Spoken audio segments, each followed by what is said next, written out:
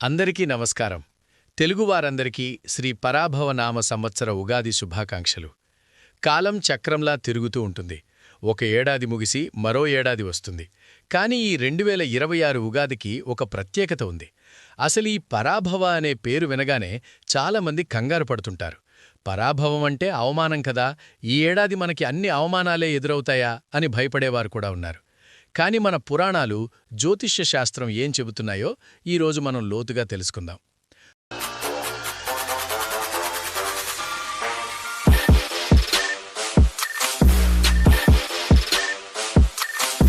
మొదటగా ఈ పండగ ప్రాముఖ్యత గురించి మాట్లాడుకుందాం. ఉగాది అంటే యుగ ఆది, అంటే ఒక కొత్త కాలానికి ప్రారంభం. బ్రహ్మదేవుడు సృష్టిని ప్రారంభించిన రోజు ఇదేనని మన నమ్మకం. ప్రకృతి పరంగా చూస్తే వసంతకాలం వస్తుంది. చెట్లు పాత ఆకులను వదిలేసి కొత్త చిగుళ్లను తొడుగుతాయి. ఇది కేవలం ప్రకృతికి మాత్రమే కాదు, మన జీవితానికి కూడా ఒక సంకేతం. మనలో ఉన్న పాత ఆలోచనలను, నిరాశను వదిలేసి కొత్త ఆశలతో ముందుకు వెళ్లమని ఈ పండగ మనకి చెబుతోంది. ఇక ఉగాది పచ్చడి విషయానికి వస్తే ఇది కేవలం ఒక ప్రసాదం కాదు, ఇదొక లైఫ్ లెసన్. ఇందులో ఉండే 6 రుచులు — తీపి, పులుపు, కారం, ఉప్పు, వగరు, చేదు — ఈ 6 మన జీవితంలో ఉండే రకరకాల భావోద్వేగాలకు సంకేతాలు. తీపి అంటే సంతోషం, పులుపు అంటే చాకచక్యం, కారం అంటే కోపం, ఉప్పు అంటే భయం, వగరు అంటే కొత్త సవాళ్లు, ఇక చేదు అంటే బాధ. ఈ పచ్చడిని మనం ఎందుకు ఒకే గిన్నెలో కలుపుతామంటే జీవితంలో ఏదీ విడిగా రాదు. సంతోషం వెంటే బాధ ఉంటుంది, విజయం వెంటే సవాళ్లుంటాయి. వాటన్నింటినీ సమానంగా స్వీకరించే స్థితప్రజ్ఞత మనకు ఉండాలని ఈ పచ్చడి మనకు గుర్తుచేస్తోంది. ఇప్పుడు మనం పరాభవనామ సంవత్సరం గురించి మాట్లాడుకుందాం. 60 ఏళ్ల కాలచక్రంలో ఇది 40వ సంవత్సరం. ఈ పేరు వినడానికి కొంచెం కఠినంగా ఉన్నా దీని వెనక ఉన్న అసలు అర్థం వేరు. జ్యోతిష్య శాస్త్రం ప్రకారం పరాభవ అంటే శత్రువులను పరాభవింపజేసేది అని కూడా అర్థం ఉంది. అంటే మనలో ఉన్న నెగటివ్ ఆలోచనలను, మన విజయానికి అడ్డుపడే శత్రువులను ఓడించే శక్తి ఈ ఏడాది మనకు లభిస్తుంది. కాబట్టి పేరు చూసి భయపడాల్సిన అవసరం లేదు. ఈ ఏడాది మన సంకల్పం బలంగా ఉంటే అపజయాలను విజయాలుగా మార్చుకోవచ్చు. ఈ సంవత్సరం పంచాంగ శ్రవణం చాలా కీలకం. ముఖ్యంగా 2026లో గ్రహగతులు మారుతున్నాయి.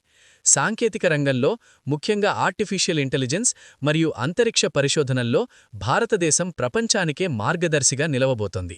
మన తెలుగు రాష్ట్రాల్లో కూడా వ్యవసాయం మరియు పరిశ్రమల మధ్య ఒక కొత్త సమతుల్యత రాబోతోంది. అయితే పర్యావరణం పరంగా కొన్ని మార్పులు ఉండవచ్చు, కాబట్టి పర్యావరణాన్ని కాపాడుకోవడం మన బాధ్యత. ఉగాది రోజున మనం చేసే మరో ముఖ్యమైన పని కొత్త నిర్ణయాలు తీసుకోవడం. సాధారణంగా మనం జనవరి 1కి రెజల్యూషన్స్ తీసుకుంటాం, కానీ మన తెలుగువారి అసలైన కొత్త ఏడాది ఇదే. ఈ రోజు నుంచి మీరు ఏదైనా కొత్త పని మొదలుపెట్టాలనుకుంటే అది విద్య కావచ్చు, వ్యాపారం కావచ్చు, లేదా ఒక మంచి అలవాటు కావచ్చు. ఈ పరాభవ నామ సంవత్సరంలో అది మీకు మంచి ఫలితాలను ఇస్తుంది. మన పండగల్లో శాస్త్రీయత కూడా దాగి ఉంది. ఉగాదినాడు మనం గుమ్మాలకు కట్టే మామిడి ఆకులు గాలిని శుద్ధి చేస్తాయి. మనం తినే వేప పువ్వు శరీరంలోని మలినాలను తొలగించి రోగనిరోధక శక్తిని పెంచుతుంది. అంటే మన పెద్దలు పండగను కేవలం భక్తితోనే కాదు, ఆరోగ్యంతో కూడా ముడిపెట్టారు. ఆధునిక కాలంలో మనం బిజీగా ఉంటూ ఈ చిన్న చిన్న విషయాలను మర్చిపోతున్నాం. కానీ ఈ ఏడాది మనం మన మూలాలను గౌరవిస్తూ పండగను జరుపుకుందాం. ముఖ్యంగా ఈ వీడియో చూస్తున్న యువతకు నేను చెప్పేది ఒక్కటే: ఈ పరాభవ నామ సంవత్సరంలో మీమీద మీకు నమ్మకం పెంచుకోండి. బయట ప్రపంచంలో ఎన్ని పోటీలున్నా, ఎన్ని విమర్శలు ఎదురైనా వాటన్నింటినీ మీ ఎదుగుదలకు సోపానాలుగా మార్చుకోండి. ఆత్మవిశ్వాసంతో ముందడుగు వేయండి. ఈ ఏడాది మీ కష్టానికి తగ్గ ప్రతిఫలం ఖచ్చితంగా దక్కుతుంది. చివరగా ఈ ఉగాది పచ్చడి రుచి చూస్తున్నప్పుడు అందులో ఉండే చేదును చూసి ముఖం తిప్పకండి. ఆ చేదే మనకి రేపు రాబోయే తీపి విలువను తెలియజేస్తుంది. ఈ ఏడాది మీ ఇళ్లలో సుఖ సంతోషాలు వెల్లివిరియాలని, ఆయురారోగ్యాలతో వర్ధిల్లాలని కోరుకుంటున్నాను. మీకు ఈ వీడియో నచ్చితే తప్పకుండా లైక్ చేయండి. మీ రాశి ఏంటో, ఈ ఏడాది మీ లక్ష్యమేంటో కింద కామెంట్ సెక్షన్లో నాతో పంచుకోండి. మన సంప్రదాయాలను గౌరవిద్దాం.